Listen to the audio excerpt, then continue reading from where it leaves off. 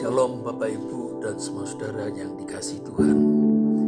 Kita akan merenungkan tema Jadilah Tuhan Kehendak-Mu.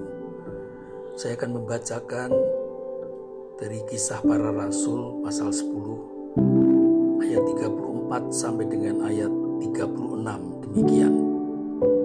Lalu mulailah Petrus berbicara, katanya, "Sesungguhnya aku telah mengerti bahwa Allah tidak membedakan orang.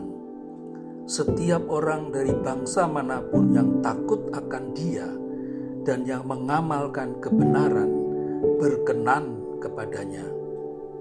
Itulah firman yang Ia suruh sampaikan kepada orang-orang Israel, yaitu firman yang memberitakan damai sejahtera oleh Yesus Kristus yang adalah Tuhan dari semua orang.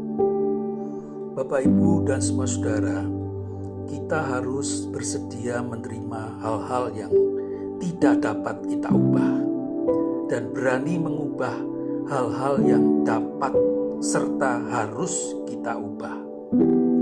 Prinsip ini bertolak belakang dengan sikap kebanyakan orang. Tidak sedikit orang yang tidak bersedia menerima hal-hal yang tidak dapat ia ubah. Seperti misalnya, siapakah orang tua yang melahirkan dirinya atau usia yang bersangkutan. Sebagai akibat, ia merasa frustrasi dengan dirinya sendiri.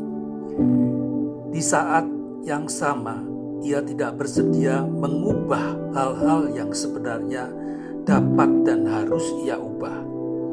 Seperti misalnya, ia tidak mau mengubah kebiasaannya, yaitu kebiasaan suka bermalas-malasan.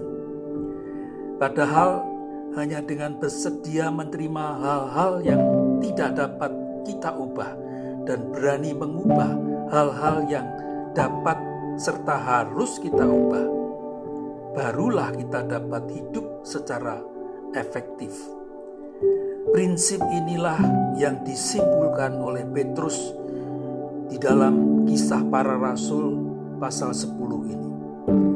Di situ Petrus berkata, setiap orang dari bangsa manapun yang takut akan Dia, Allah maksudnya, dan yang mengamalkan kebenaran berkenan kepadanya. Artinya Allah bersedia menerima semua orang tanpa membedakan latar belakang kebangsaan yang bersangkutan, serta menilai semua orang berdasarkan sikap hati mereka kepada Allah dan kebenarannya. Perlu dipahami bahwa latar belakang kebangsaan tidak dapat diubah, sedangkan sikap orang terhadap Tuhan dan kebenaran dapat berubah. Hanya bila orang bersedia menerima hal-hal yang tidak dapat ia ubah dan berani mengubah hal-hal yang dapat serta harus ia ubah, barulah dirinya dapat secara efektif menjangkau bangsa-bangsa bagi Tuhan.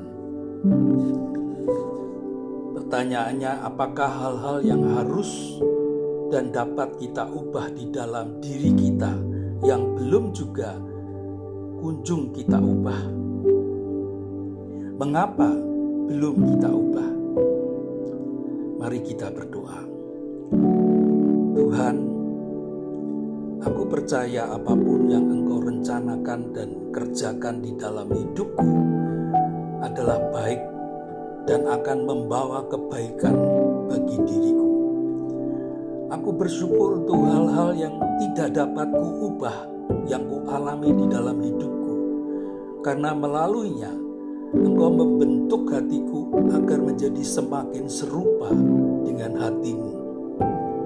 Aku juga berdoa, Tuhan, berikanlah kepadaku hikmat agar aku dapat membedakan antara hal-hal yang tidak dapat kuubah dengan yang dapat dan harus kuubah.